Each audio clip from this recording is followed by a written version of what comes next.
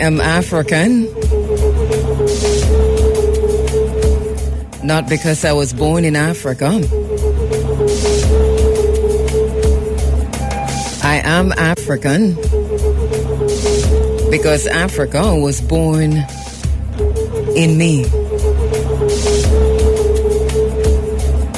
Paraphrasing for a moment the words of a sage for Dr. Kwame Nkrumah. Good morning, good morning, good morning. Good morning to you on the 107s. Good morning to you on the internet at ireefm.net. Good morning to you. Good morning. Good morning. Good morning. Morning to you on the social media. Or the social media platforms. Good morning to you. It is Sunday, March 29, 2020. 10 minutes after 6 o'clock, and we read from the book of the Hosea, the most ancient of books, the oldest book ever written, the Hosea.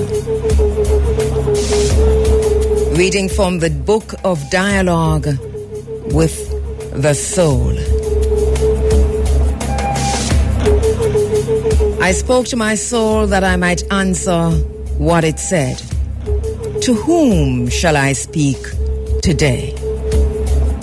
Brothers and sisters are evil, and friends today are not worth loving.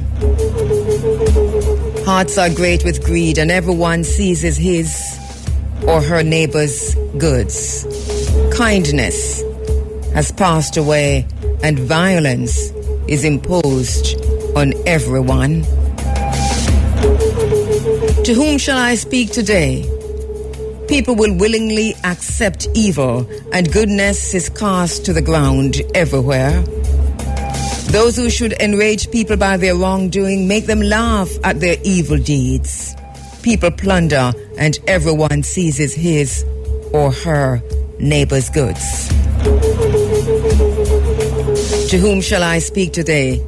The one doing wrong is an intimate friend, and the brother with whom one used to deal is an enemy. No one remembers the past, and none return the good deed that is done. Brothers and sisters are evil, and people turn to strangers for righteousness or affection. To whom shall I speak today? Faces are empty, and all turn their faces from their brothers and sisters. Hearts are great with greed, and there is no heart of a man or woman upon which one might lean. None are just or righteous, and the land is left to the doers of evil. To whom shall I speak today? There are no intimate friends, and the people turn to strangers to tell their troubles. None are content, and those with whom one used to walk no longer exist. I am burdened with grief, and have no one to comfort me. There is no end to the wrong which roams the earth. Death to me today is like health to the ill, like going outdoors after confinement. Death today is like the smell of myrrh, like sitting under the sail on a windy day. Death today is like the fragrance of lotus, like sitting on the shore or feasting. Death today is like a well-trodden way, like returning home from war. Death today is like the clearing up of clouds from the sky, like a person discovering that which was unknown. Death today is like the longing to see home after spending many years in captivity.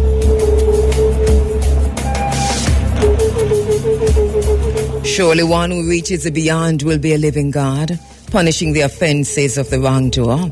Surely one who reaches the beyond will be one who stands in the sunbark of Ra, causing abundant gifts to be given to the temples. Surely one who reaches the beyond will be considered wise and will not be prevented from appearing to Ra when she speaks.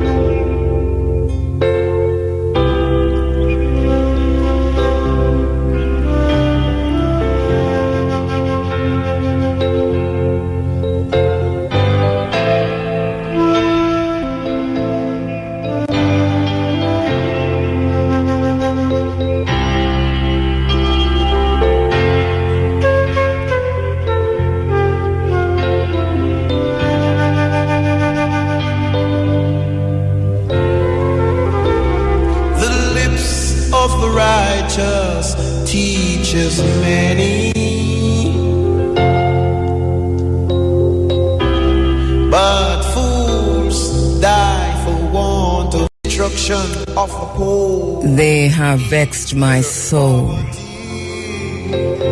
They have vexed my soul. The poor man's wealth is In the words of Amilcar Cabral, speak truth to the people. Speak truth to the people. I hope you heard. Why do you fight? You've got to listen between the words. Listen to what they have said, but that which you did not hear necessarily. The Prime Minister said in that clip, fast tracking needs, yeah, it's a big deal. But listen to the words, we cannot waste a crisis. Did you hear that? We cannot waste a crisis. Do you know that if there was ever Illuminati conspiracy theory,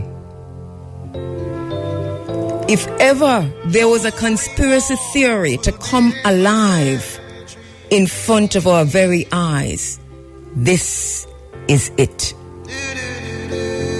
So the Prime Minister is not the only one who has said that we cannot waste a crisis. It's something we have heard from Rahm Emanuel. It's something we have heard from Barack Obama. As a matter of fact, it is a study, isn't it? Crisis in opportunity, opportunity in crisis. We're going to have to talk about that. We got to build a better nation. Some things we're going to have to get right. We must understand what is SARS-CoV-2. So we can jump on the bandwagon and start talking about COVID-19 and coronavirus and just, going along with that. But we must come forward and understand what is SARS-CoV-2. That's the first thing. The second thing is that something is in the woods and it's coming to get us. It is SARS-CoV-2. It is COVID-19. It is the coronavirus.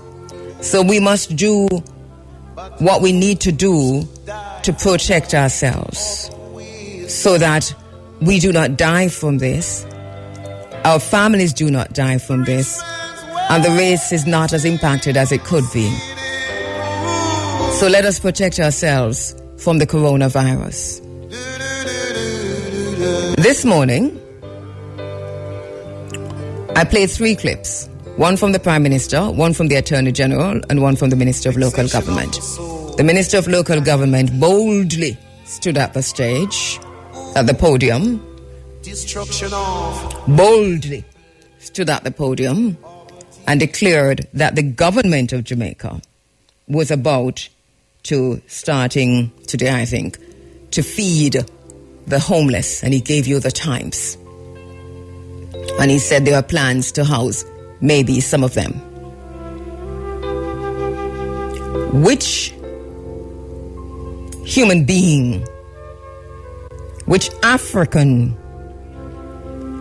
which man or woman is not ashamed to have living among them those identified and called homeless?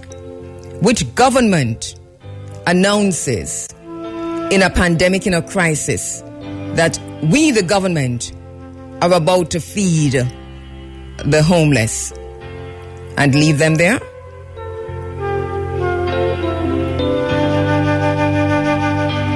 And how's some of them starting next week? The lips of the righteous. I played a clip from the Prime Minister Now we want to entitle that clip, not NIDS, but We Cannot Waste a Crisis. Because the entire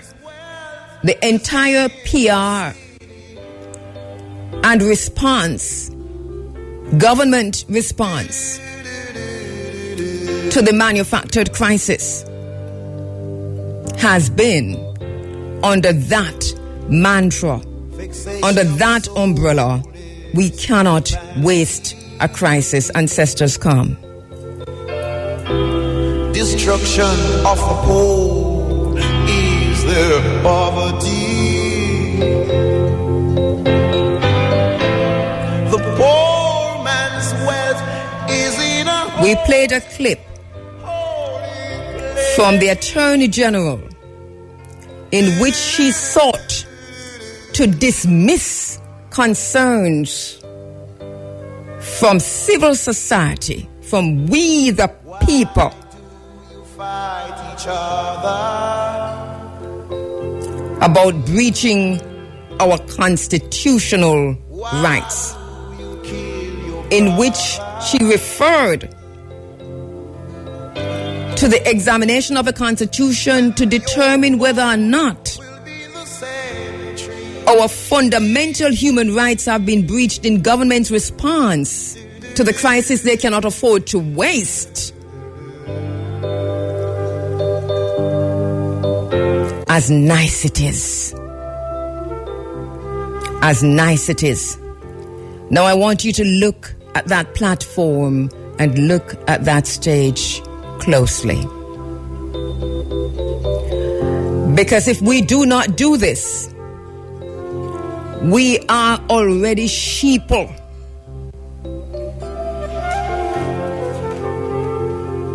We are already sheeple.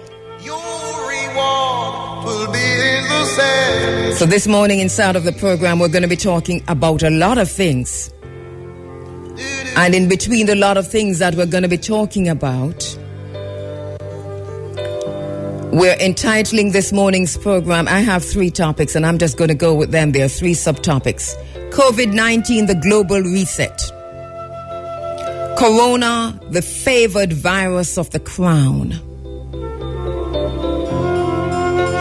SARS-CoV-2, how the coronavirus is being used to justify a global financial reset.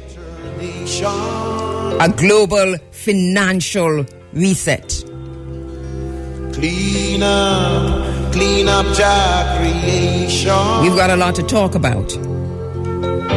This is a global reset. Or there will be no future for you. We cannot waste a crisis. Let us get familiar with some terms. I'm going to leave you with these terms. We're going to have to familiarize ourselves with them because these people are playing by the books. And I'm not just talking about here because this is a global reset. Every country, every single country on this planet, every single country is party to this global reset. This is bigger than the politicians. The politicians are playing their part. They cannot waste a crisis. But it goes beyond that. The media is the biggest joke of all in the coverage, in the global coverage. The media is manufacturing consent. So let us say it again. This is a global reset, a global financial reset. The media, the politicians, civil society. Yes, civil society. And I'm going to explain to you what we mean by manufacturing consent. Because the politicians, the global reset is being organized, being orchestrated, coordinated by those with the most power. The bankers and the financial planners and the unseen, invisible eyes, invisible ones. Let me say something to you. Don't know if you've noticed, but when the president of France, much early in the day, announced that they were shutting down France, he used a term. He said, this is an invisible war. We're fighting a war, he says. The enemy is invisible. This is an invisible enemy. We're fighting a war. 2 days after, the President of the United States at the podium, and they had to drag him there kicking and screaming, said this is a war. We're fighting an invisible enemy.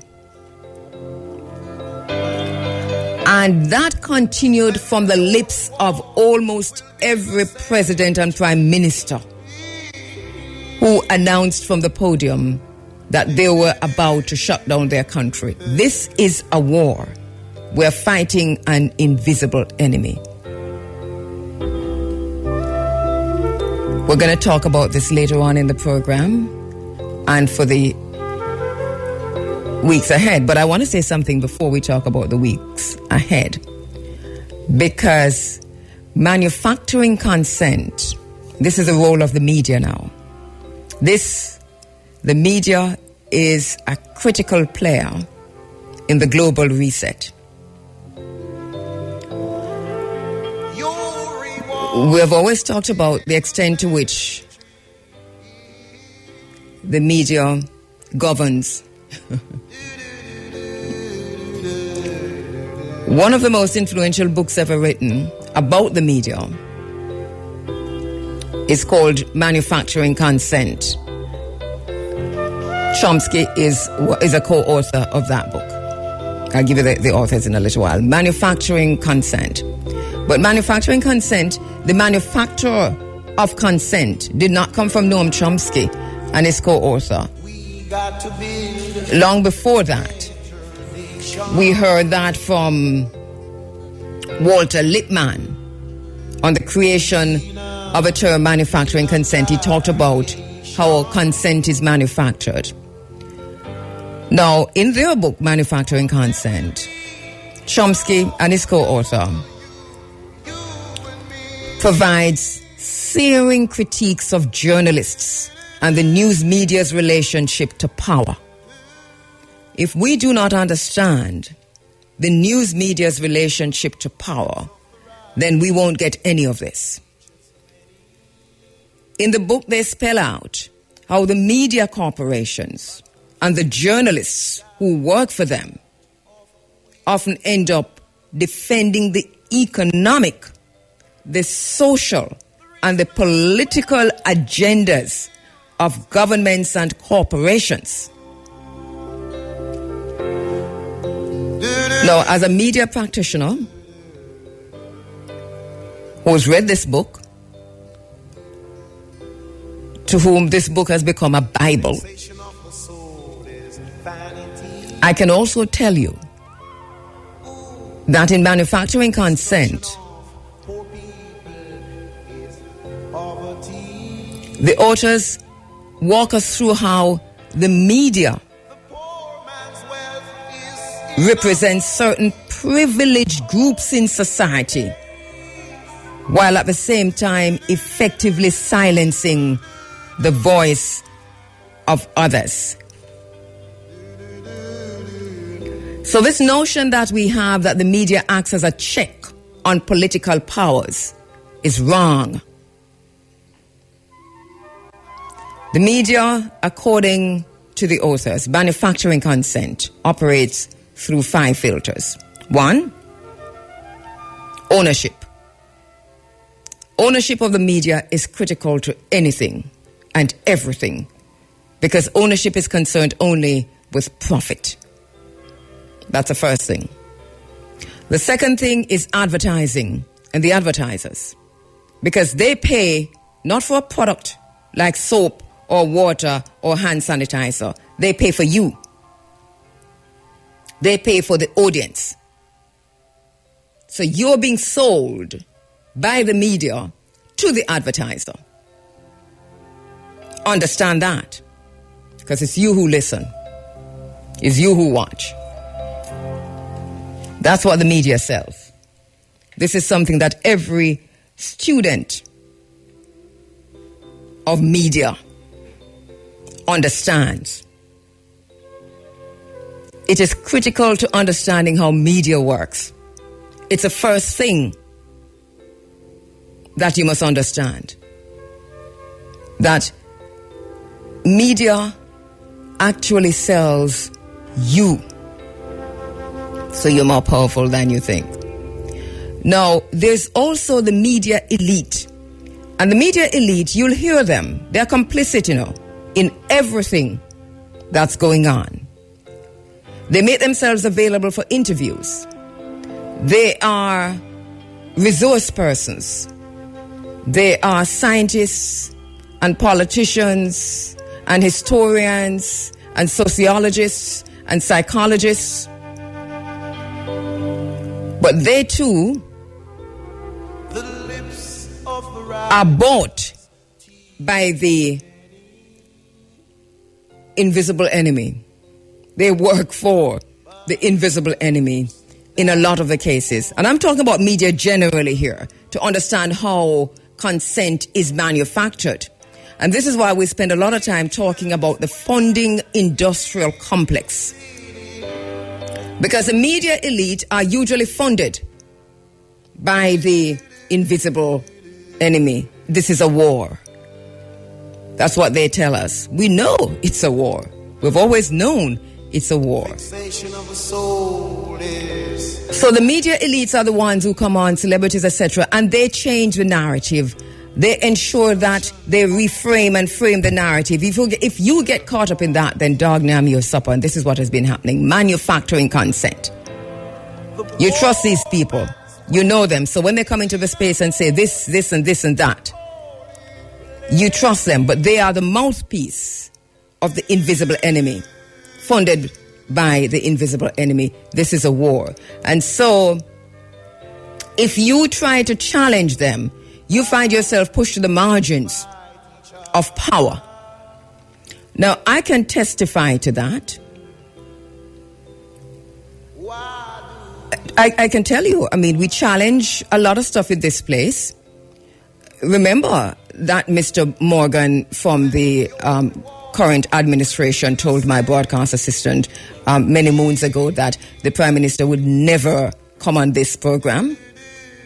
Well, it don't matter how much time we invite the Prime Minister to be on this program, he has never come. Not only that, we can barely get 1 and 2 from this administration. Look how many times we're trying to get the Minister of Health.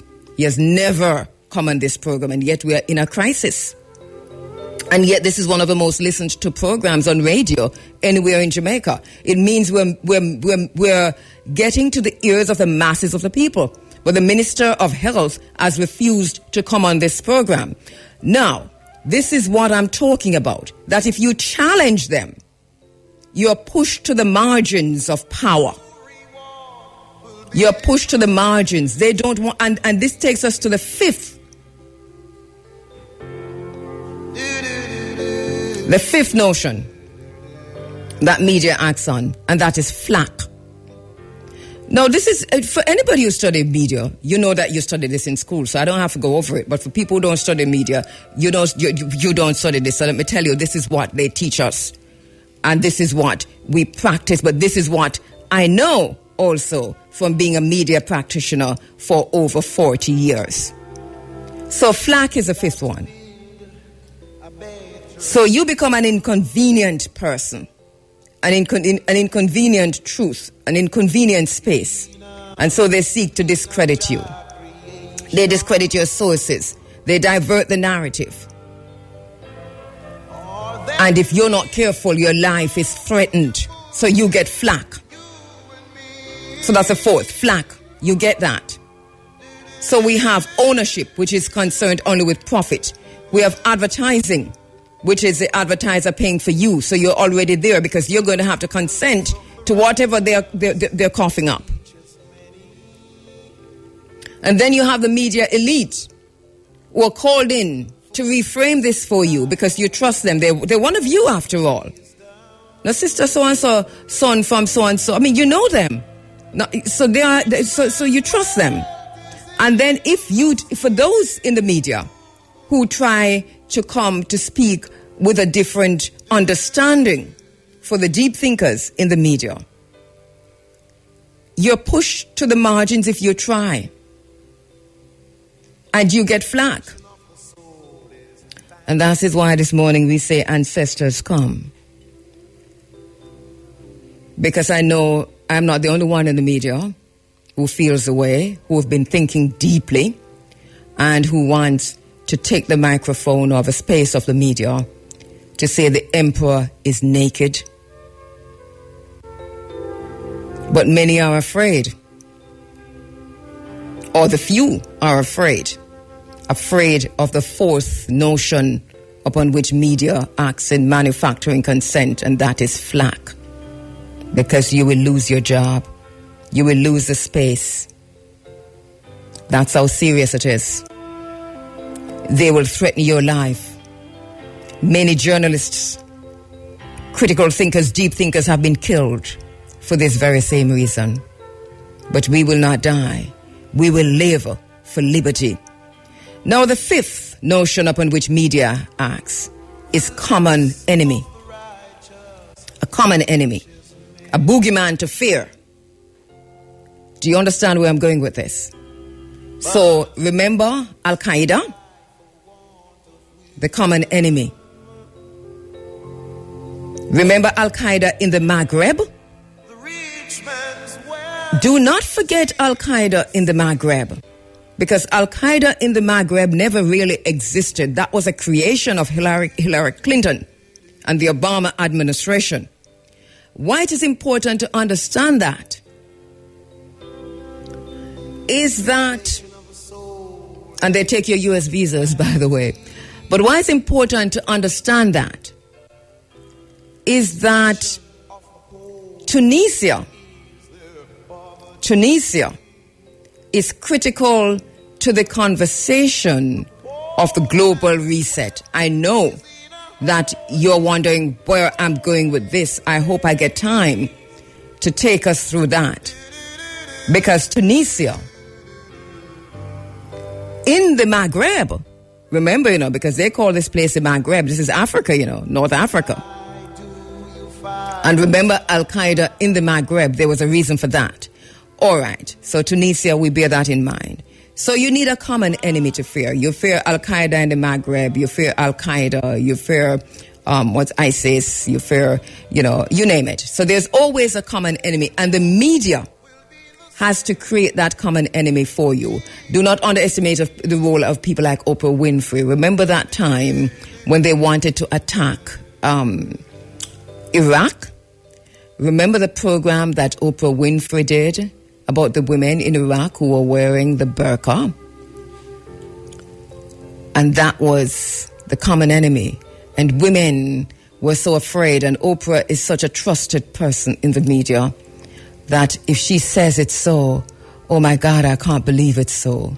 But remember that Iraq was the most Christians of all the Middle Eastern countries, most Christian, and that Saudi Arabia, which was close friends with America, was where the women were really wearing the burqa.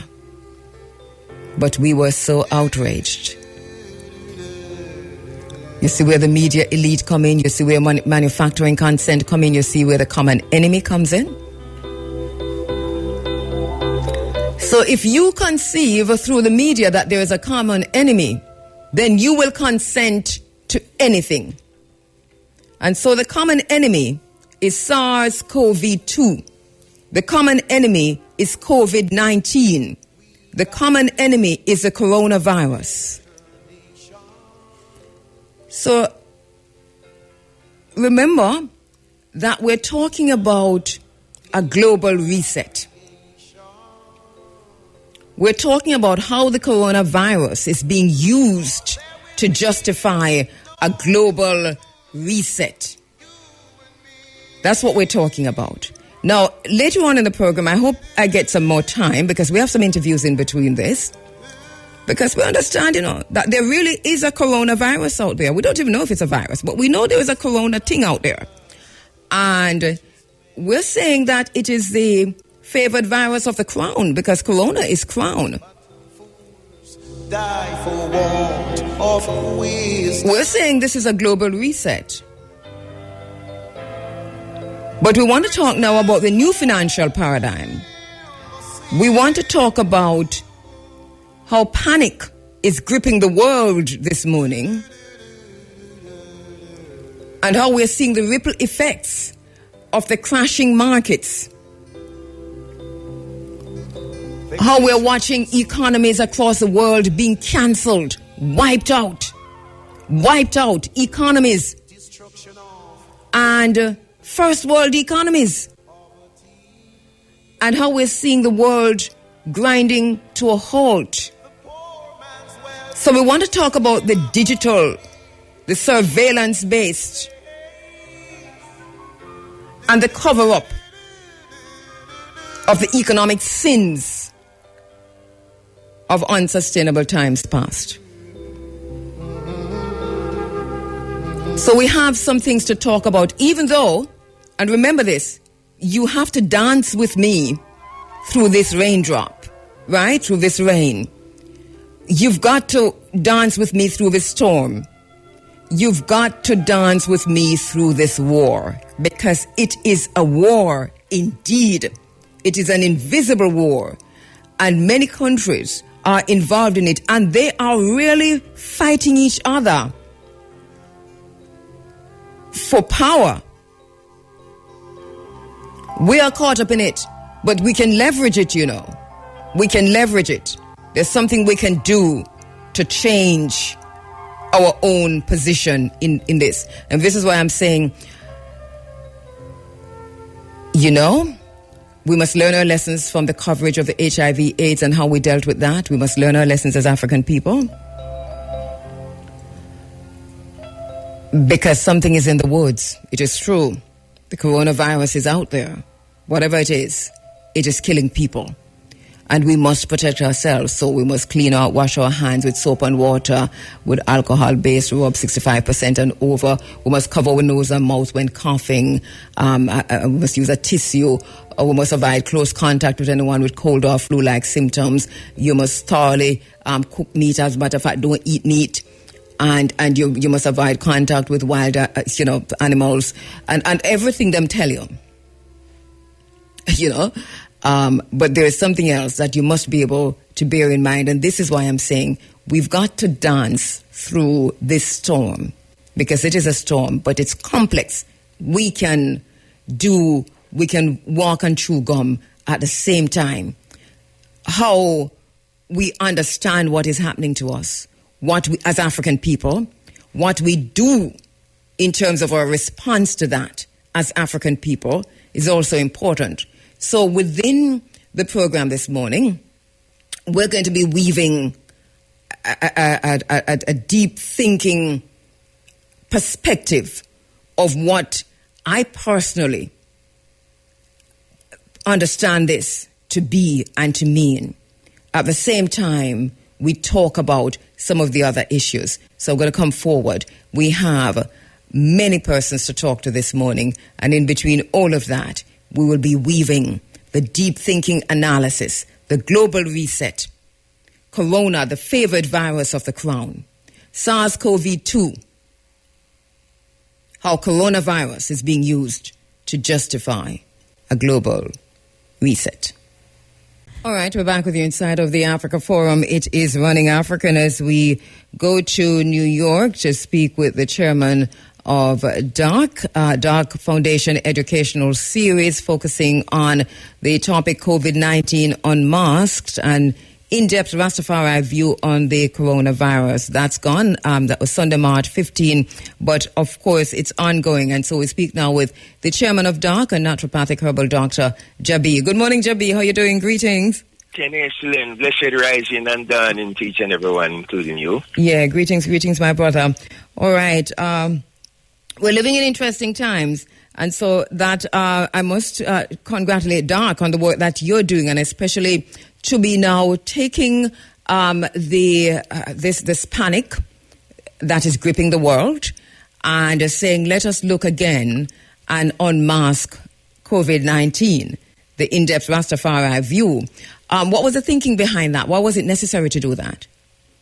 Well, what spurred the energy was the lack of a first respondent within the great Rastafari nation.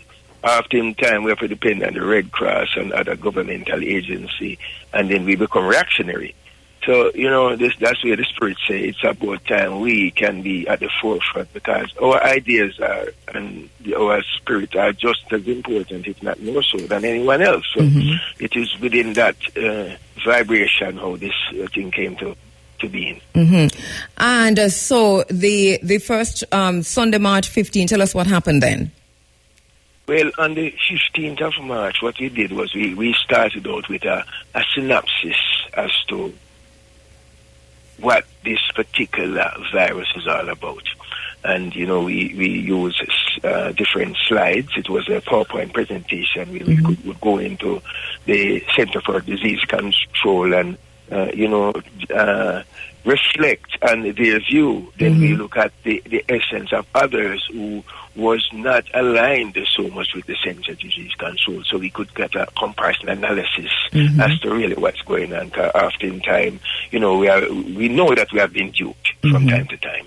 So we didn't just go down one track. We do comprehensive reporting where we could, analyze and cross-reference, so to speak. And some of the presenters included? Some of the we have Dr. Pee Wee Fraser. He, from Jamaica film, of course, and from the Bob Marley reflection, Pee Wee from the 12 Tribes of Israel. He was there. Then you have Junior Wara Blake. He is a holistic practitioner here in the New York metropolitan area. And myself, we were the initial presenters for the first time around. Can you help us to understand where some of the issues that came out, especially with the comparative analysis, looking at what WHO was saying? Some of the issues that came out was the fact that the coronavirus have existed in different form for over 4,000 years. In other words, there's a deep history into viruses, and this particular strain, though it is different, is basically a manipulation of previous strains. We also point out the fact that we hear about bats in China being the carrier, but we oftentimes is unaware that it was human beings that infected these bats with the virus in the first place. So in other words, 306 degrees, for lack of a better term. 360. So, and we're just reminding our listeners that the series is called COVID-19 Unmasked, an in-depth Rastafari view on the coronavirus. So Rastafari, the voice of Rastafari being heard in the din and out among so many others who are thinking deeply and critically about what we're faced with. This morning we're looking at it within the context of the global reset. We are a global reflection. Right. I'm sorry, a global reflection. As a matter of fact, the second time around, what we did was on the 22nd, and what we did, we take an in-depth study as to vaccination. Because we do know that the end result of this pandemic will be mandatory vaccination globally, and what we show was either from the Center for Disease Control, that is the CDC's site themselves, that shows unequivocally that the vaccination did not prevent the viruses. It was hygiene that was responsible for the turnaround in yesteryears. In other words, whether it's the poliomyelitis, other vaccination or other pandemics that existed in the past, with the swine flu, the Hong Kong flu, etc. The thing that was really most effective was the sanitary condition, because most of these outbreaks occur because of the concentration of people during the Industrial Revolution. And many of these folks wasn't really hygienic. Them was nasty, put it plain and simple. And because of that, disease spread, because disease is often spread in an unclean environment. So they, on their side, unequivocally pointed out, and what we did, we presented a variety of graphs that show each and every one of the disease, whether it is tuberculosis, whether it's malaria, every single one of them, the contributing factor was hygiene, not the vaccination. And all of the graphs that they provided shows the down spiral of these, every one of them, prior to the introduction of vaccination. And so, many strands to this, of course, looking first of all at what we're being told through those who we have never trusted, but all of a sudden, because the media has manufactured the consent, because people who the masses trust at so many different levels within the media have not been critical enough or thinking deeply enough and raising enough questions about what we have here. What in heaven's name is happening here, that they have manufactured this consent. So many of our people are going along with what the politicians who we have never trusted are telling us to do.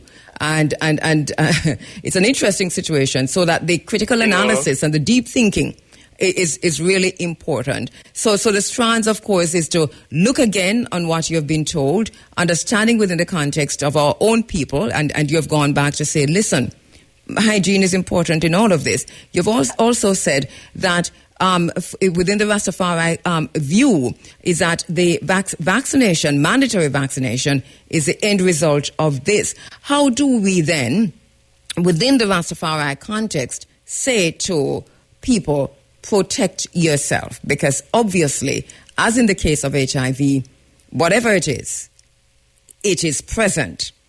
And whatever regardless of the name they call it, people are being infected with something and people are dying. Well, the first thing, another thing that we do is elaborate on the immune systems, and it's important to have a strong immunizing system. In other words, strong antibodies within your body community that it will be able to ward off. For example, you have party A and party B, and both are exposed to a particular virus or germ.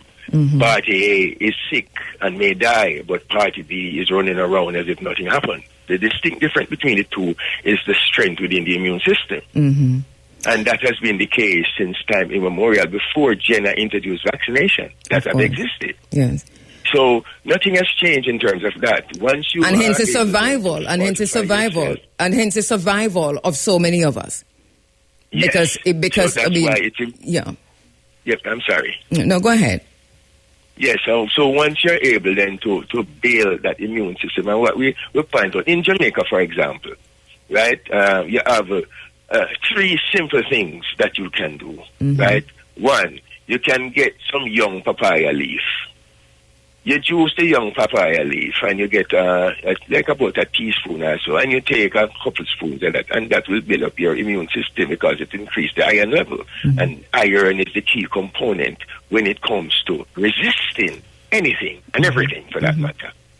And nothing that you'll find will surpass the juice from a young papaya leaf. The key, though, is that you cannot mess with it with any electromagnetic, which means that you can't juice it to a machine. You have to juice it by hand.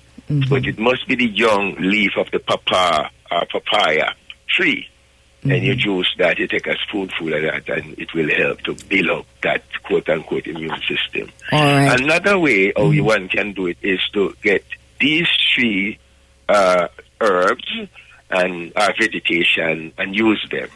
One is the Spanish needle, the second is the bush cabbage, and the third is the purple or red watergrass. You juice those 3 things together, and that will also aid and abet your immune system. If you are mucously infested, in other words, you have a lot of coal, more than grass yard or so, in your system, then what you need to do is get some thinking toe or some locust. And to that thinking toe, you'll add some Cinco Bible or aloe vera, and you will add some busy or cola nut. So it's busy, pink into an aloe vera combined together, made into a tea. And like I said before, that will get rid of more mucus than is in grass yard, or more cold, that is. And no matter how congested one is, because what it does, it helps to alkalize the body. And where there's alkalizing of the body, you'll find that there will be a reduction. And it's really important for this particular to understand how to expel mucus from the body, especially with this particular disease, the COVID, SARS-CoV-2, because this is exactly what it does. It clogs up the respiratory system with thick, heavy mucus, and so this is important. Yeah. The entry point is the mucous membrane, you see, and the mucous membrane is so important. That's why, when someone tells you have an inflamed tonsil, the inflamed tonsil is not the problem. It's the thing that caused the tonsil to inflame that is telling you that there is there's some morbid matter entering the body. So keep your tonsil, because your tonsil is a part of the filtration system, as is your thyroid. Keep those glands, because those are part of the mucous membrane mechanism, that once you breathe, you don't just take everything in. The air is filtered, and a lot of germs, bacteria, etc., is trapped in the mucous membrane. Now, if you have a good antibodies, etc., good immune system, then you will destroy those before it can enter into the bloodstream. So what's happening is that those who do not have that strong antibody, it passes through the mucous membrane and enter into the bloodstream, and therein cause mayhem, so to speak. All right, so here we are. That is why sometimes one would use like the eucalyptus and, use a steam, put a towel over your head and steam. But you have to be careful with that, because you can catch up a draft if you're steaming and then going out into a cold environment. Yeah. See, so it's good to kill microorganisms and viruses, etc., that is in the mucous membrane. However, it can lead to something else. If you are then exposed to the cold air, then you can end up with a brand new problem. But and Jabi, will kill virus. This, of course, COVID-19 Unmasked and In-Depth Rastafari View on Coronavirus is a series. Now, where can persons access this series online? Well, you can go to DARC, that is darkfoundation.org. That is DARC foundation.org. As a matter of fact, later today the series will continue at 10 a.m. Jamaica time or 11 a.m. New York time, which will make it 4 p.m. if you're in Britain. Why? In Europe, for the most part. Why we are segueing into this is because today we'll be having reporters from a variety of regions across the globe, where each individual will tell us, non-adulterated, uncensored, what exactly is happening in their community. So they will be reported from as far away as Ethiopia, in Gambia, in Ghana, in South Africa. Yes, they'll also be reported from China, the epicenter itself. And persons can... reporters from Italy, Japan, London, Spain, Antigua, Cuba, Jamaica, Panama, Brazil, Mexico, and so on and so forth. So there will be ones that will be given us. And this is free. And this is free. Once you go online, don't have to. Yes, once you go online, so you'll go to the Dark Soldier Society, and you just click, and you can come into the conference, and you can hear what is happening. And at the appropriate time, you too can ask a question. What we encourage you to do is come with a notepad and a pencil or a paper, because as you know, a sharp pencil is better than a long memory. So jot down what you need to ask. We're totally out of time, Jabi. So once again, it is COVID-19 Unmasked and In-Depth Rastafari View on the Coronavirus. The series continues today. And once again, this is where you find it. Tell us again, Jabi. Darkfoundation.org. That's D-A-R-C. I'm sorry, DARC Foundation.org. That is DARC FOUNDATION, and then the period sign, and then ORG. You can dial in? Yes, and then you go in, you click right in, you'll get in, and you can listen, you can ask to be recognized, and you'll be recognized at the appropriate time, of course. However, if you prefer to use your telephone, you can call 646 558 8656. And we have that number. Go ahead. Javi, we're totally out of time, but let me take that number again. Yes. All right. 646 558 8656. And you'll be asked for a code, and the code is 395566 059. So you can repeat that if you so choose later on. All right. Let ensure that we have that. We'll take that from you again. Thank you so much, Jabi, Chairman of DARC, Naturopathic Herbal Doctor. COVID-19 Unmasked, an in-depth Rastafari view on the coronavirus. It's happening again today. Thank you. Thank you so much, Jabi. Thank you so very much. Yeah, man. All right. Wow, good, no? You too, and tell them other one howdy. All right. So we're inside of the Africa Forum. It is running African, and you see, it's complex, right? And this is why we have to begin to talk to ourselves, among ourselves, because they are doing something about us without us. And this global panic that is gripping the world have us as African people also chasing our tails. Really doesn't make any sense. You know, so let's listen to ourselves. Let's have some conversations among ourselves. It's important that we do so. This rapid spread of the COVID-19 has engulfed the world. And we're seeing fear, we're seeing uncertainty, we're seeing anxiety.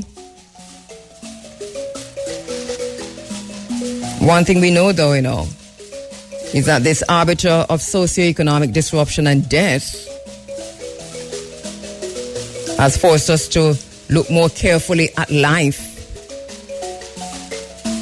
at living, more carefully at the society we live in, with greater focus and clarity.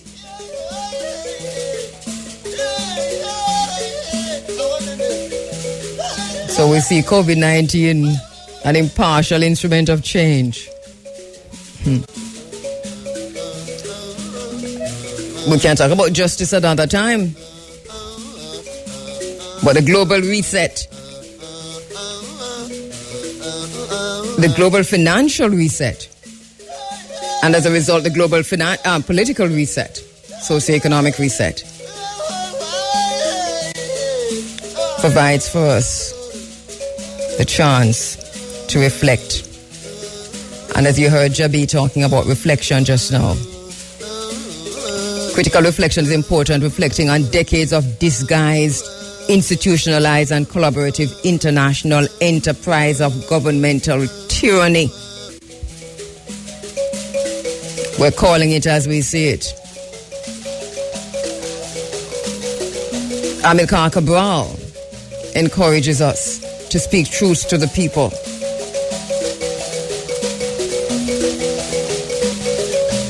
So we're calling the exploitation, we're calling the governmental tyranny, we're calling the oppression, we're calling the elimination of ordinary citizens by the gentry. And we're looking at the genesis and the rapid global spread of the COVID-19. Now we see the focus is on hygiene, it is on sanitation, it is on lifestyle, and it is on socialization, and that itself, is a political quagmire. So here we are in so-called small Jamaica, big international presence, recalling our history as a peculiar history.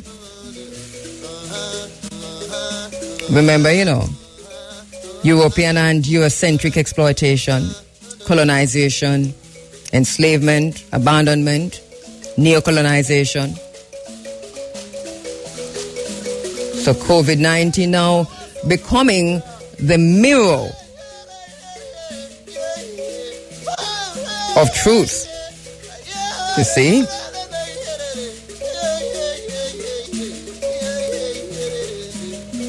The truth of a society in transition.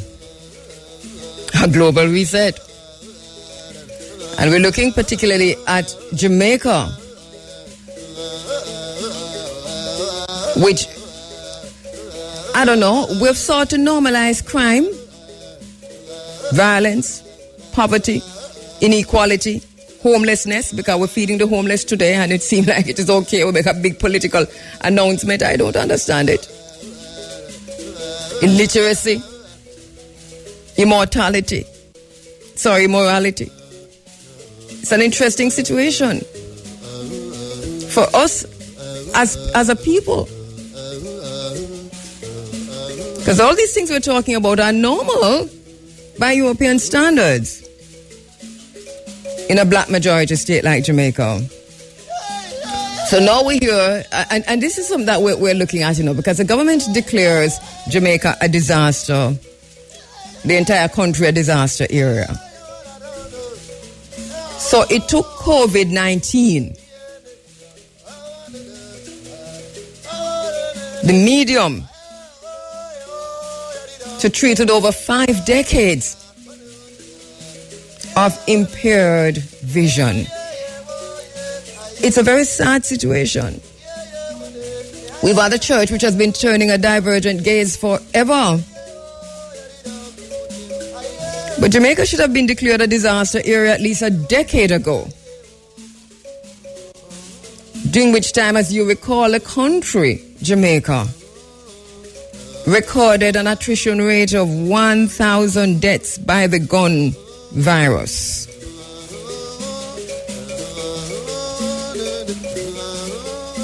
Jamaica's borders have been breached. Long time. Porous borders. Guns coming in from America, from Europe. The epicenters of gun virus. We've seen this virus, this gun virus, spreading from parish to parish, enveloping the entire country, leaving in its wake death, grief, trauma, stress, poverty.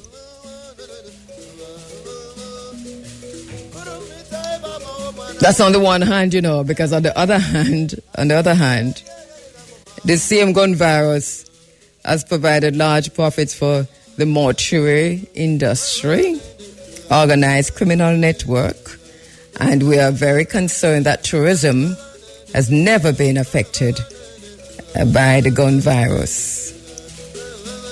So then what is COVID-19 really? That Jamaica has declared itself a national disaster area and not for the gun virus. Our borders remained open, even though we knew where the guns are coming from.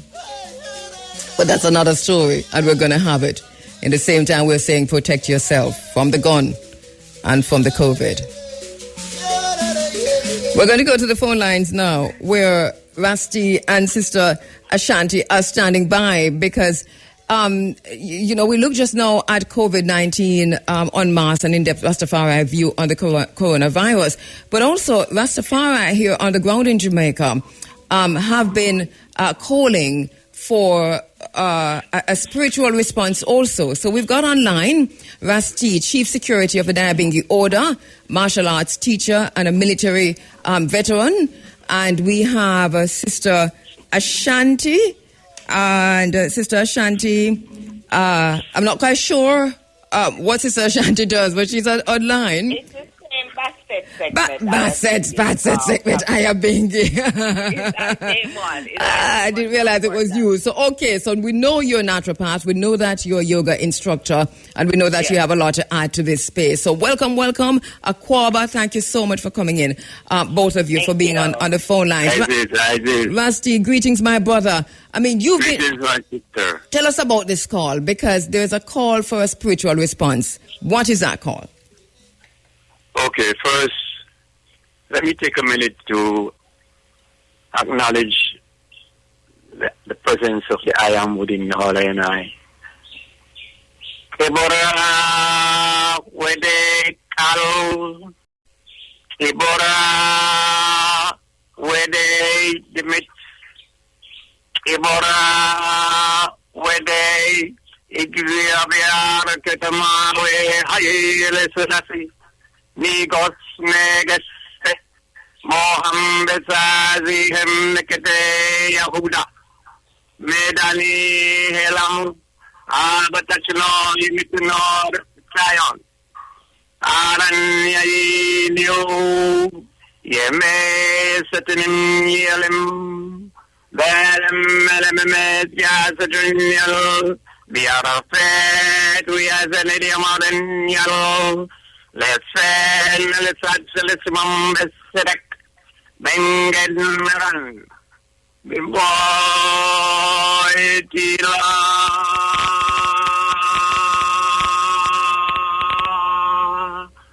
Nikekel impa Yaran Vingarana hilaki fun alfrum Makarina marakore sinagasu yasatunan dapat gabitin na zigad alani betin la tot fet lifet pasang gabitlai tesfahem yataratniu Taratina mi adidia yawete zmen loye ketenan yal exever kama ayere salakut besta letlan alemon Asheo. My brother, thank you for that. Thank you so much for that, because really it's a call for us at this time to go into the higher person, the higher spirit, the highest that we can be, to go through this period of global reset. So the call, so the call is being made to touch base and to touch self, to touch spirit. What does that include? What is the call that you're making? Okay, what I attempt to do is to help each and every one, even out there in the universe, whether you're black, white, pink, or blue, the world in general. Because it's a one love concept that the Rastaman teaches, and that is not just to our community, it's to black, white, or any Indian or anybody. It's a universal vibration. So I want to help to prepare the minds and thoughts of all peoples to fight against this invisible war by simply fasting to cleanse the mind, body, and spirit, and strengthen the immune system, and eating right within a 3-day period to empty the mind, per se. Emptying the mind it has to be deliberate. That means you're gonna keep even for 2 or 3 minutes. You have to keep away all thoughts. Then within that sphere, you will eliminate the fear. Because fear within itself is futuristic. People are always afraid of something to come, something to happen, something. So we want to live in the moment, in the now. We're going to exercise the power of now, right now. And so that you're saying that over a 3-day period, there's a call for persons to fast and to meditate. And what are the 3 days? It's the second, Thursday the 2nd of April till Sunday the 5th of April, and it's from 6 p.m. and it ends 6 p.m. on the 5th. All right, so it's a 3-day fasting from Thursday. So my sister Ashanti will help us through the dietary vibration, because all right, so this would be after the fast, or is a fast from morning to evening, or for the 3 days going back? Is there a break at 6 a.m. to 6 p.m. and then 6 a.m. to 6 p.m. and then 6 a.m. to 6 p.m. for the 3 days? No, it will be from 6 p.m. on the Thursday right through until 6 p.m. on Sunday. All right, so Bassett, you're going to be telling us now about once you break the fast, what to do. I'm going to give them instructions during and after. All right, so go ahead.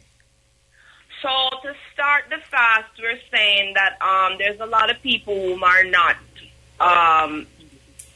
versed on fasting, and so we want to give them some pointers if you're going to get involved in it, as to what you can do, things you can use, and then after you break the fast on Sunday, what you should be doing. Now, number one about a fast, when you break a fast, you don't never break a fast with a big meal. You break a fast with some warm tea, some warm sip or soup, or a salad. Something very light. No meat involved, no animal flesh involved. During the fast, if you are capable, some people do water fast. That is simply drinking strictly water all throughout the fast, which can be done in a 24 hours. I never recommend a water fast for 3 days straight. Or you can do a fruit fast. That is, you're eating strictly fruits throughout the day for all 3 days. Or you can combine those 3 days with fruits in the AM, and in the afternoon you can have like salads. So you can do a complete raw fast, that is having no cooked foods. If you're not able to manage strictly a raw fast, or what I call a live fast, then you can do some cooked food, but make sure that your cooked food is eaten after 2 p.m. And of course, we're asking that this fast be strictly ital, no meat, no animal flesh, no byproducts of animals, no milk, no rice, no bread, no white foods, because we know anything white is not really too good for us, historically and in the moment. Exactly. So we're going to try for that for 3 days, and we're going to try to maintain as much as possible. For those of us who are not versed on fasting, I would say start your morning with some ginger tea. Some ginger tea, a little, you put a little fever grass in there, and some cayenne pepper, because the cayenne pepper is a great source of vitamin C. It cleans mucus, it builds the blood, and it purifies the blood, and it also cleans mucus from the system entirely. You have very many options here in Jamaica in the herbal kingdom that can help you to maintain such a fast. And if you're having trouble, like I think on your second day of a fast, sometimes you get a little lightheaded, continue to drink your teas. You can have 3 cups of teas and using different things. I'll give 2 examples right now in the face of this COVID-19 virus that everybody is so fearful of. We have our OTT apple tree. You can use some of the leaves and do a juice from the leaves, 4 ounces of juice, because that cleans mucus from the lungs. You can combine that with coconut water. If you're not accessible to coconut water, then you can use spring water. Blend it and strain it and drink 4 ounces in the morning and 4 ounces in the evening. Then there is the almond leaf. The almond leaf, common almond trees that we have all over Jamaica, you can use some of the leaves as well to blend with coconut water or spring water, drinking 4 ounces in the morning and 4 ounces in the evening, as it inhibits the replication of the virus in the body. Okay? During this period of fasting too, you can also take to steaming. That way you can clear the sinus cavity of anything that lodges there, because the virus can lodge in the sinus cavity. And so you can steam over like lime with our own common sour orange, which is probably by far the best citrus to be using, as it's old. It is the original of most oranges. So you can just slice it with the skin on, boil some water, pour on top of it, and drop some peppermint oil or eucalyptus oil and steam, so you keep the sinus cavity as warm as possible, because that's the coolest area of the body. And everybody knows, according to what's been given, that the virus survives very well in cold climates. So we Jamaicans have the sun at our disposal. Use it. While you're doing this fast, stand out in the sun for at least 5 minutes at a time and get that sunlight in you. It's a great source of vitamin D. We all know that. Our bodies need it. We melanated people do not be scared of the sunlight. I went to the supermarket the other day and people were scared to stand in the sunlight because you had to line up to go into the supermarket. And I was telling them the sunlight is your best friend. Do not be scared of it. All right, Not think that you're going to get some of this. All right, so let me just interrupt a bit because, all right, so what we have heard is what you can do through the fast, which is brilliant, and then also at the end of the fast, you're reiterating, saying to persons, remember now, at the end of the fast, do not eat big heavy food, do your light sip, do your warm teas, and gradually build yourself, take yourself out of the fast. Now, Rusty, is there any call for persons who are going through the fast? Is there any place they can call into to say, we are one in this, we're going through the fast, we're doing this together, or people should just be doing this from where they are in terms of the meditative spaces which they have sent us into now, which they are calling social isolation. How does it work? Well, we want to give our numbers out on the All right, go ahead. Call us. And I'm going to make a post on Instagram and Facebook regarding it, so we can be a support to folks that are not familiar with fasting. All right, so go ahead. So let me have yours first, Sister Ashanti. Go ahead with your number. My number is 876-344-5678. Could you say that again? 876-344-5678. All right, and Rusty? Yes, my sister. My number is 876-357-4614. Once again? 876-357-4614. All right. Thank you both so much, Rusty and Sister Ashanti. Bad said, thank you so much, my brother. Thank you so much, my sister. Thank you for having us. Right. Can I just seal up my sister by saying we're going to ask people to light a fire. If you can light it inside, you light it inside, or outside, you light it outside. All right. Thank you so much, my brother and sister. All right. So Rusty and Sister Ashanti there. And they are dealing with this and are asking us to deal with this in another way also, just to meditate, fast, meditate. Not a bad idea. All right. We've been telling you that the media has been manufacturing consent. The media is guilty of the manufacture of consent to a global reset, and the masses of the people are walking into a pen, literally, almost like a prison. They've gone in there, shut themselves away, and they have done what the media has told them to do. The politicians have said that this crisis is too good a crisis to waste. So they're bringing in everything. It's a perfect opportunity for the politicians to bring in everything that they could not have brought in under any other circumstances. So we heard our Prime Minister, Andrew Holness, saying that to us. We probably need to play it back so you can pick that up. He says this crisis is too good to be wasted. I'm paraphrasing there now. Now, let me go to Rahm Emanuel. You remember Rahm Emanuel? He was in Barack Obama's cabinet.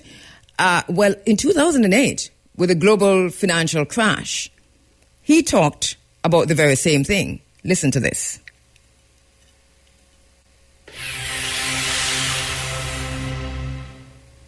You never want a serious crisis to go to waste. And what I mean by that, it's an opportunity to do things that you think you could not do before. I think America as a whole in 1973 and 1974, and not just my view, but obviously the administration, missed the opportunity to deal with the energy crisis that was before us. For a long time, our entire energy policy came down to cheap oil. This is an opportunity. What used to be long-term problems, be they in the healthcare area, energy area, education area, fiscal area, tax area, regulatory reform area, things that we had postponed for too long that were long-term are now immediate and must be dealt with.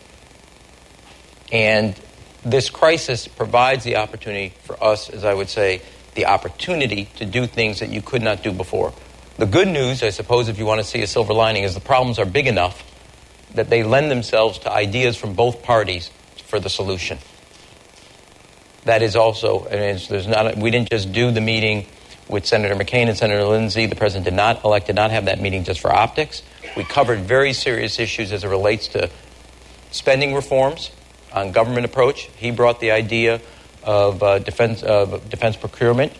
We brought the idea of his corporate welfare commission, but how to spend money different, because it's not an argument about big government versus small government, but more effective government, so you actually are getting your bang for the buck that the taxpayers and all those who put money into it expect, whether that be in the area of education or healthcare. The 5 reforms that we see, one in healthcare would be in the area that deals with cost control as a principle and expansion of coverage. Energy with both independence and alternatives. In the area of taxes, fairness, as well as simplicity. In the area of education, there's got to be fundamental reforms there as it relates to making sure that we are effectively training the workforce, and I'm glad to see that I think your second principle is an educated, trained workforce. You cannot be in an era of where you earn what you learn and have both our education system from K to 12 as well as our access to higher education, and I'm not just talking about 4-year, but also community colleges. That needs a fundamental overhaul that is the bridge fundamentally to the future. And lastly, financial regulatory overhaul with the principles of both, I would say, transparency and accountability. Black power! Black power! Black power! Black power! Black power! Black power! Black power! Black power! Black power! Black power! Black power! Black power! Black power! Black power! Black power! Black power! They're doing something about us without us. I hope you heard that. It's the very same thing. In a shorter way, Prime Minister Andrew Holness said, the opportunity of crisis. Politicians and financial planners are using this current situation, leveraging this current situation to implement new and highly intrusive and unethical policies. And they are openly telling us that they are doing this. Prime Minister Andrew Holness openly told us that he was doing that. The Attorney General dismissed the Constitution of Jamaica as niceties. Do you understand what's happening here? We cannot waste a crisis. So the global reset is, from what we're analyzing, what we can see, the focus is on digital surveillance, on control. The focus is also on control. It is on unmitigated printing powers. I want to throw now, at this time in the program, the central bank. Right now, the central bank's digital currencies, CBDCs. These are actively being developed, and this is where I want to carry back now. Tunisia, the first country on the continent of Africa. And this is interesting. And this is why I'm saying African people can also leverage. This is too good a crisis for African people to sit down and be talking about vaccines and 5G and all kinds of stories. And I'm not saying nothing's wrong with talking about vaccines and 5Gs, you know. Talk about vaccine, talk about the 5G, talk about everything that you're talking about, but do something. Because on the other side of this global reset, Africa must come out a winner. Tunisia is way ahead of the game. North Africa cite this. And this is why we heard about Al-Qaeda in the Maghreb way back when. China, which we're going to talk about in a little while, has already developed its digital currency. And the central bank is critical to this. So China's version of the digital currency, the digital yuan, is already complete. and it is in its testing phase. Now, the question I want to ask all of us today, all of us listening to me right now, I want to ask one question. One question. Why are we all of a sudden so trusting of the state for leadership? When you answer that, come back to me. Why are we all of a sudden so trusting of the state for leadership that we are not asking the relevant questions? And I know that there is a critical mass of critical thinkers and deep thinkers who are asking the questions. But I'm speaking generally. Why are we so trusting, all of a sudden, of the Jamaica Labour Party? You know what is going to happen? You heard Rahm Emanuel said a while ago. He said if a crisis is big enough, then it can be bipartisan. And this is why the PNP must get up, raise its hand, and say that we are against NIDS in any form. If the leader of the People's National Party does not do that, then let us just say once again, and we know they are, that they're a two-headed monster. They're in the very same boat. It doesn't matter who is in, because this is too good of a crisis to waste. Do you understand what I'm saying? Why are we all of a sudden so trusting of the state for leadership? Now, we have another, I'm telling you that we're weaving. I told you that's what we're doing this morning. We're weaving because we have so much to talk about. And so there are many responses to the SARS-CoV-2. We've been hearing a few of them, but all of them so far are going right back to the immune system. Now we want to throw in and to have another conversation, looking now at the Ayurvedic approach to the SARS-CoV-2. And joining me on the phone lines, certified Ayurvedic practitioner, member of North American Ayurvedic Association and the Russian Ayurvedic Association. She's also a parasitologist, Tatiana Burke.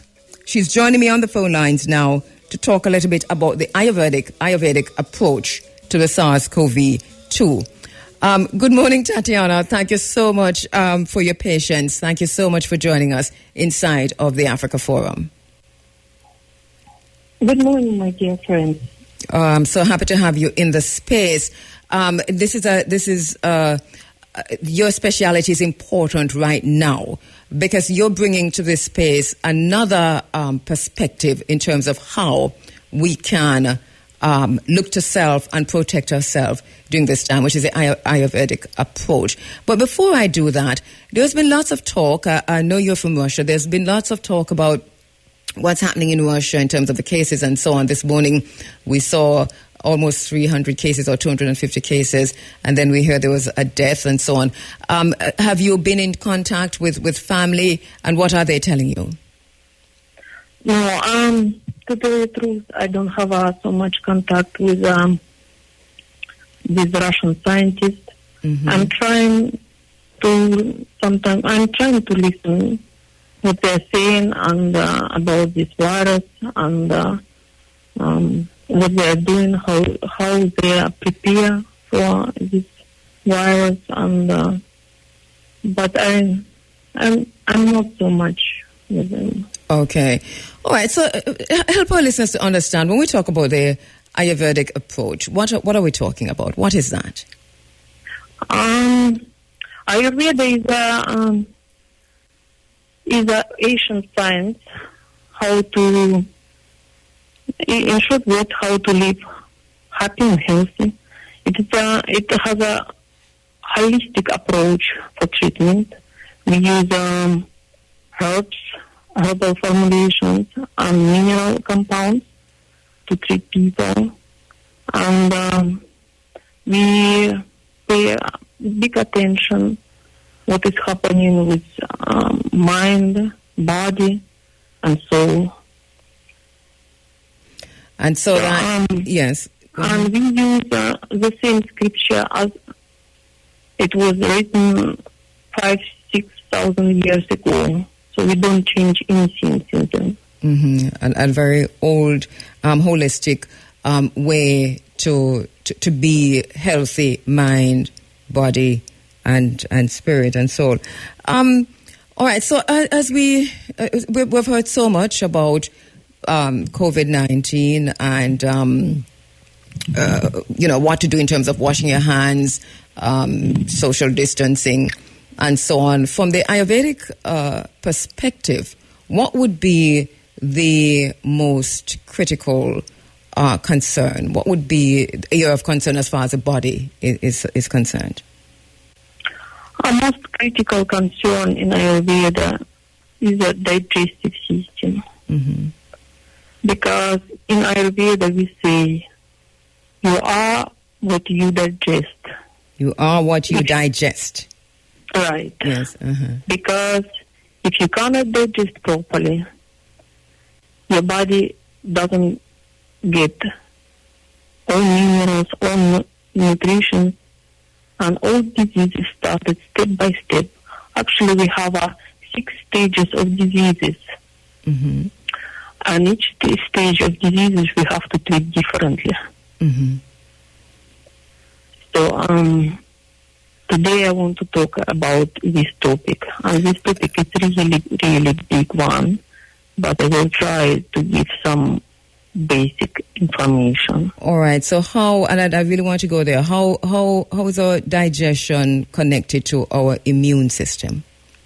Yeah, that is a very important question.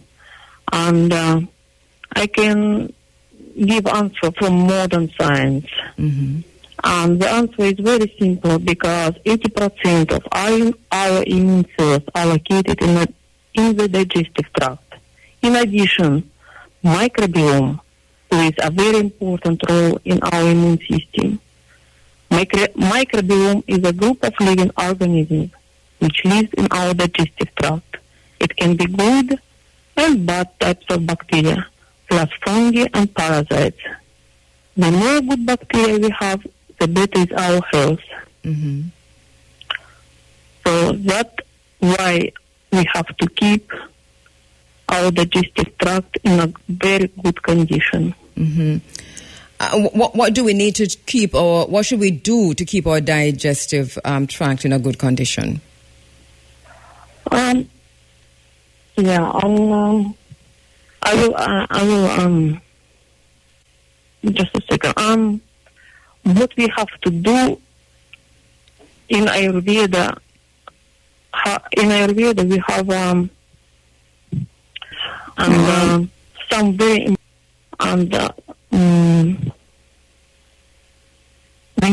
we use spices and food as medicine. It's very important. So all medicine we have at our home. And I want to...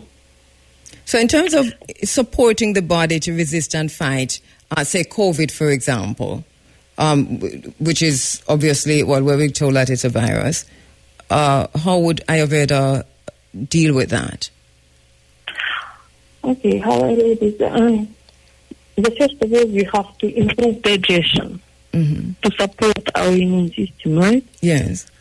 So we have simple diet rules which are needed to be followed. All right, and I want to mention all of that. Okay? Yes, go ahead.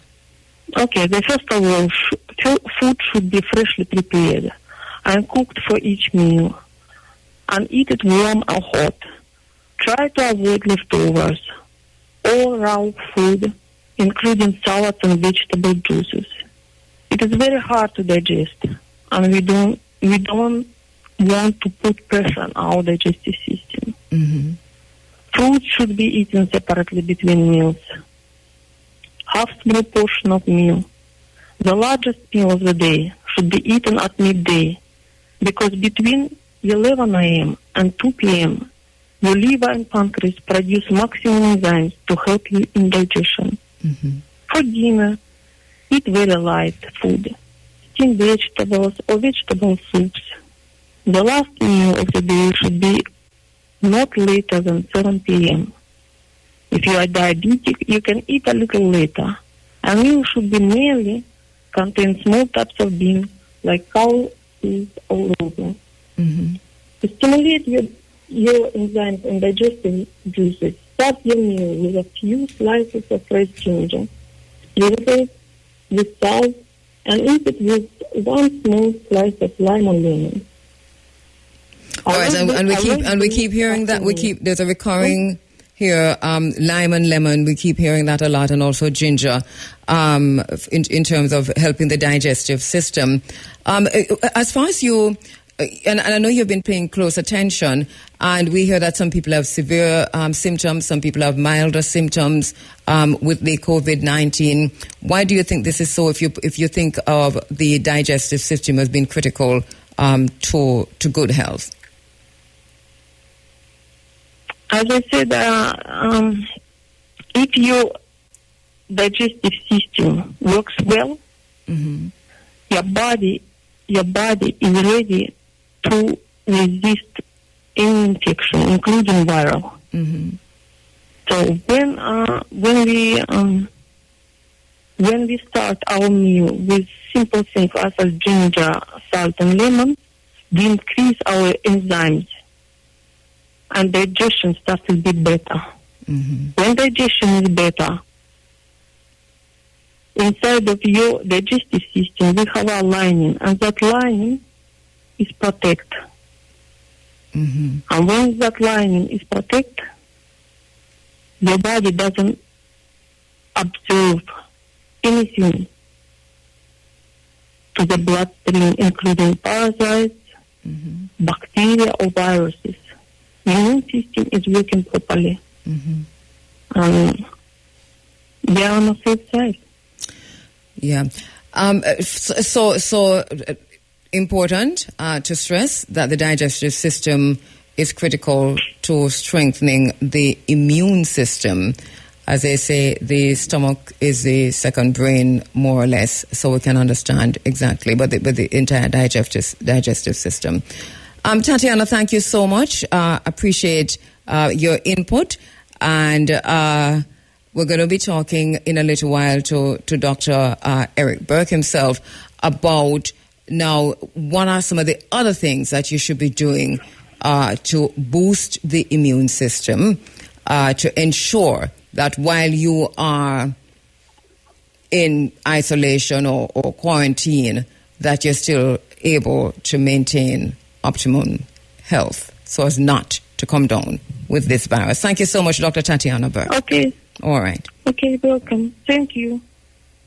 Only Optical Elements has the latest technology lenses and frames to suit your taste and budget. Visit us at 67 Halfway Tree Road, online at opticalelementsja.com or call 929-8284. Optical Elements, vision in style. The time by Optical Elements is 5 minutes now after 8 o'clock. You're inside of the Africa Forum. It is Running Africa, and we're looking at quite a few things this morning. We're going through the process of conducting our interviews, of talking to our very special guests regarding how to ensure that you remain healthy. If you notice, there is no cure for the coronavirus. There is no cure for SARS-CoV-2. There is no cure for COVID-19, no matter what you hear them saying. And to everything that I've read and everybody that I've listened to, and all the scientific journals that I've read, including the Lancet, they're looking at 18 months before they come up with whatever it is that they're thinking of coming up with. We hear the President of the United States, Donald Trump, talking about hydroxychloroquine, and that is a malaria drug. And so many persons pushing back at that, but he keeps talking about it, said it was sent to New York. That's a very, very old drug. So there is no treatment for SARS, for SARS-CoV-2. So then, as we go to Dr. Burke, they tell you, stay inside, stay at home, practice social distancing. Sorry, my fault. Practice social distancing. They tell you that. They tell you, do not shake hands, cover your nose, wash your hands, and you know all the disinfectant, use disinfectant, use Lysol, use hand sanitizer. But we don't hear much, and we've been trying to do that this morning, and we've been trying to do it ever since, we've been talking about the SARS-CoV-2. You don't hear much about, so what do I do to ensure that I do not get sick, that I do not get this in terms of what I put in my body, in terms of how I eat? And so I want to talk to Dr. Burke a little bit about that. Dr. Eric Burke, good morning, sir. All right, Dr. Burke is a medical practitioner. He studied in Russia and is joining me now on the phone lines, practiced in St. Thomas and Kingston, and now joining us on the phone lines. Good morning, Dr. Burke. Thank you so much for joining. Good morning, Jamaica, and all Jamaicans all over the world. And thank you for your patience, because we're coming to you much later than we should have. That's quite all right. Yeah. All right, so we've been having this conversation, Dr. Burke, and this is something that you are underscoring, and I'm going to let you say it, because you said that, listen, they've told us to do so much, but yet there's so much that they haven't told us in terms of how do we then protect our body, protect ourselves from getting the virus. So talk to us about that. First of all, it is important that we acknowledge and recognize the life and passing of Bob Andy. Condolences to his family, friends, colleagues, and lovers of good reggae music. That is true, my bad, and a member of the Africa Forum family too. That is so true. Yes. I also would like to acknowledge my colleagues in the medical services, teachers, and the CTC Batch 14. Alternative practitioners, Fortis, the administration of our nation, and all Jamaican students who trained in foreign countries. Allow me, please, to address. I want to thank the IRFM for affording me this privilege to speak with my fellow Jamaicans, home and abroad, to share with you 8 points which I think can assist our people in dealing with this most serious medical crisis, pandemic. Yes, go ahead. Number 1, thermos with hot water, and you place cloves, ginger, thyme, and turmeric. 2, gargle with warm solution, from the water, and to that you add turmeric and salt, neem and salt, or cloves and salt. Thirdly, probiotics. 4th, no meat, no nyama people yard. Adequate sleep or rest. Multivitamins, vitamin C or vitamin B complex. And 7, you could do a yoga breathing exercise. Right? 8, the use of facial masks and glasses. Only 2 hours in public spaces, and you will need several masks. The preceding 8 points that I've mentioned are to complement the existing guidelines and instructions, which include regular hand washing, sanitizing, regular hand sanitizing, washing of hands, social distancing, avoid all unnecessary movement, clean your yard. However, yes, go ahead. Testing. To suspected cases, exposed cases, and those persons who show symptoms of respiratory problems and gastrointestinal problems. We should pay attention to institutionalized persons in the prisons, infirmaries, nursing homes, homeless people, unattached youth, the elderly. Now, while you stand in your yard, please be responsible, as you have an obligation and the time to do so. And let me remind you of the 8 points that I mentioned earlier, right? That you have the hot water with the neem, the turmeric, the ginger. And what does this do? What would this do? With neem, ginger, turmeric? As you heard that in Ayurveda they use spices and herbs as medicine. Okay? Yes. Now, the immune system is 80% of the gastrointestinal tract. In that system, you have heard of the word microbiome. These are organisms that has what you may call a symbiotic relationship with the body. Symbiotic. There are 3 types of this subgroup, symbiotic. The first one is mutualism. Do you have a mutual friend? Neutral. That's the first part of it. Right? If you think about a relationship as being neutral, you'll understand what that means. 2, you have parasitic relationship. That is a type of symbiotic relationship, but only the host suffers. One organism benefits. You also have saprophytic relationship. Again, the host suffers. And therefore, if you have bacteria that are having mutual benefit for the organism, there is a term that they used to use when you use overuse of antibiotics, you get dysbacterial. The scientists have shown that this is not a term that they use nowadays. They talk about dyssymbiosis. Dyssymbiosis. So if the immune system is not good, cannot be protected, it can't protect you. Yes. So these things that I'm speaking about assist in this process. It protects the upper airway and the lining of the mucosal lining, which, as it is, this virus attacks.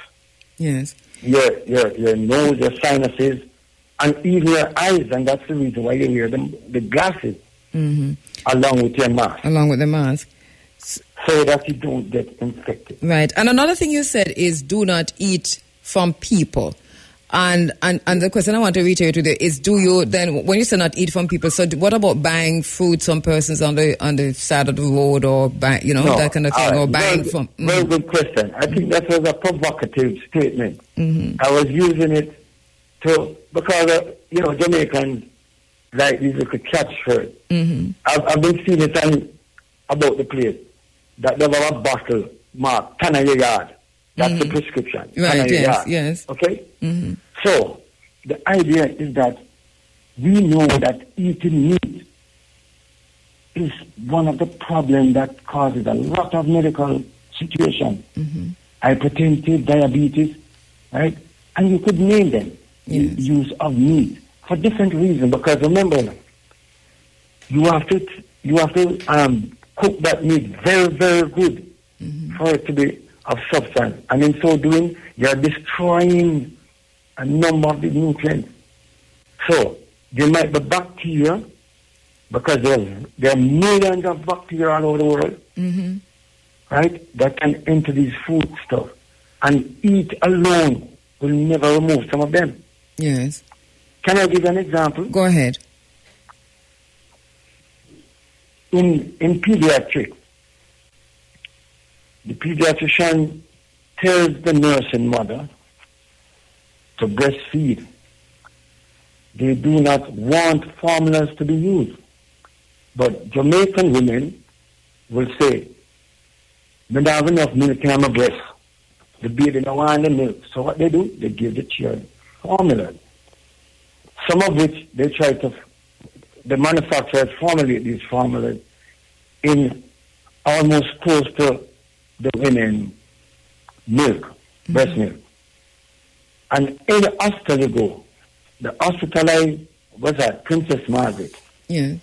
It is one of the only institution that is what they call baby-friendly hospital. They teach nursing mother the correct way of doing breastfeeding and prolongation of breastfeeding because it has so many values for both child and mother. It creates a bonding. Yes. Now, when you use the formulas, they put them in bottles, you see? So, and they clean it out. But what happens? Bacteria remain in the bottle that aren't able to come out because sometimes they stick, because they rub it. This thing that they use, sometimes they use these like metal stuff that destroy the inside of the bottle. And so the food gets trapped in it. Even the nipple that they couldn't boil it and boil it and boil it and boil it and boil it. And bacteria is there. So the child ends up getting sick. And having running belly, runny nose, eczema, and all sorts of stuff, which is protected enough by breast milk. Yes. Because it has all the nutrients there. Right?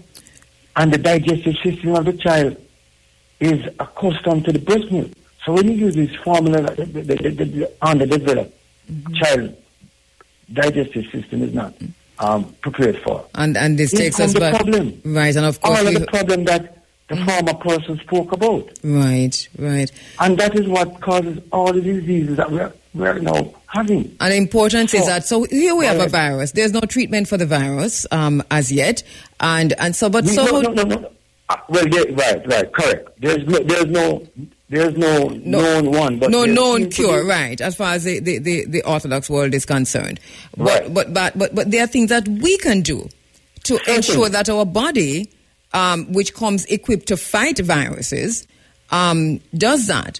And a lot of it seems, has to do, and as we heard from from Tatiana just now, that the digestive system is important in strengthening the immune system, which is what I hear you yourself underscoring how important that is. And that is why, just sorry to interrupt, that those 8 points that I've mentioned is key. Right. If we do that, in addition to what is going around, we would have saved our people. Can you quickly again take us through? Our people. Of course. Our people can be saved. And we need to underscore that. It is simple. And here we have a medical doctor telling us that. Our people can be saved. So take us through. Them, yes, let's go through them again. Yes. The 8 points. Yes. Because people think it's joke business why they live. I'm sorry to Miss Angela if I sound a little... No, ma'am, I'm going to tell the people I'm saying about doctor. I don't know about how medical doctor attack, so we need to talk. I see, so we need to talk for people get it. Yeah, go ahead. Then wait. Hey, listen, man. Listen to me. So take us through the three. You say we need to have an thermos. I thought you were making notes. No, you say we need to have a thermos. I have a note somewhere. But you say we need a thermos first of all. And it's important. Need a thermos. And the reason for the thermos is that we keep the hot water in there with the spices. Yeah, that it keeps hot throughout the day. So you know if you boil, putting a pot and a boil over, because it's good to boil. And you while you work with you, and you drink it throughout the day. Everybody should have do this. So what should be in that mixture now, in that tea? Cloves. Ginger. Turmeric. Thyme. Then suppose we can't get no cloves. Cloves of what? Garlic? You can use onion, garlic if you want. Oh, okay. All right. All right. So and cinnamon. All right. So that you can have throughout the day. That helps to boost strengthen the immune system. People that drink coffee every day. Right. And they say coffee no good. Well, they don't come from Ethiopia. All right. So the next point is to gargle. Yes. Gargle. It's a warm solution, this, you know. And you can use some of the things that I mentioned. Turmeric, neem, cloves, and you add salt to that mixture. Yes. Because it protects the upper airway. the sinuses and the throat. If you do this, let me tell you something. You don't need to take no antihistamine. Right. You don't need to get no nose block. You can't even go to see. So basically, we want to block the virus. We want to block the padlock, as you said. You get it, my sister. You get Right. it. So gargle. We deal with the tea already. What are the other points now? You gave us 8. Probiotics. What? Give us an example of probiotics. You know, probiotics, as the person before spoke about, I told you about the symbiotic relationship. He said the bad and good bacteria in the gut. Right? Probiotics are germs, natural germs, that help to restore. One, they help in nutrition. Where can you get probiotics? You can you'll get it in the herbal shop. You won't get it if you go to the pharmacy, you have to pay a big money for it. And you need a prescription. Okay. In the herbal shop you can get it. It's kind of expensive, you know. In certain societies, you see, you can just go to this pharmacy and just pick up, or that even a place, and just pick up probiotics, which everybody should be using, because we eat so badly that we destroy these probiotics. Right. And then another thing you say is no meat and don't eat from people.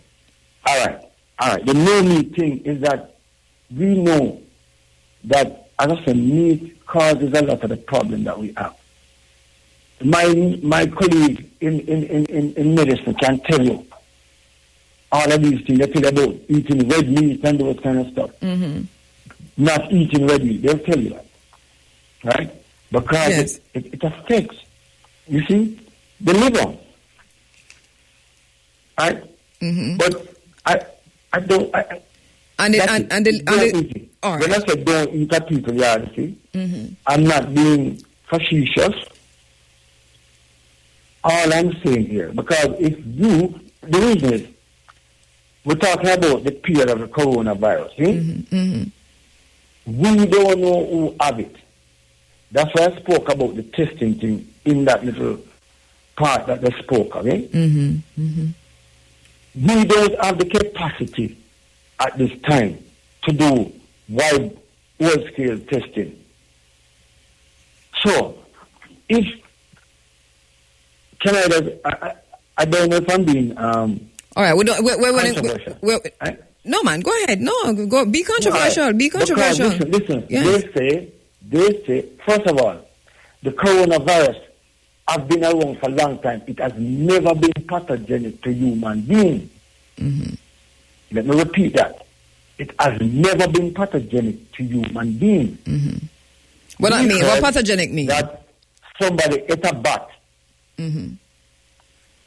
And human beings start having it, because the bat, the virus, the coronavirus, has a symbiotic relationship with the bat. The bat never gets dead. Let me give you an example. All right. We have mosquitoes, and the mosquitoes have a lot of diseases. They are vectors for dengue, Zika, all of those things that used to affect us. And people are bad and this and that, right? Yeah. What is it that we are doing? Aren't we not fogging these mosquitoes to kill them? That is how we're going to prevent them from transmitting. Right. So if somebody eats a bat, remember the food chain, you know? The food chain. I don't even have to go about that, because all of us... what you're saying is well understood. So you're saying that, yes. Good. Right. Therefore, if the virus lives comfortably in the bat, if it goes into some other organism which is not used to, it want to find, and it will cause problem. Because it's fine, right? It has to live there. It leaves its comfort zone. Right. Not in its comfort zone. Right. It's going to create problem. So you're saying no meat and because we're out of time, we only have a minute. Right, so you're saying no meat and don't eat from people, and then you say adequate amount of sleep because sleep is critical. It builds and remember the cells in the body. You know. Right. Remember we are human beings. Each of these connected things, they must do the same thing like we. Mm-hmm. They send them off to sleep. get themselves better too. Yes. They send them off to eat so they can get better too. Yeah. And then multivitamins, you say. B complex, vitamin C. B complex, vitamin C, yes. Mm-hmm. And then also breathing, important? Definitely, because they say that this thing affects your respiratory system. Mm-hmm. So if you don't know how to breathe properly, you can't make your lung get proper and to ease this thing. Dr. Burke? Yoga people, yes. Yes, I want to thank you so much. We're out of time. But thank you so much. Yes, one final word. Go ahead. Can I say Rasta? Oh, sure. Rasta. Give thanks for IRFM. Thank you, Jamaican people, are listening to this thing. One love everywhere. And I hope if people do just follow these things, we can see what the difference is, along with what is out there about hand washing and sanitizing and what have you. All right. Thank you, my sister. And thank you so much. Thank you so much, Dr. Burks, for the, interesting and informative discussion there with the two Dr. Burks. All right, quick break and come back to Cashpot.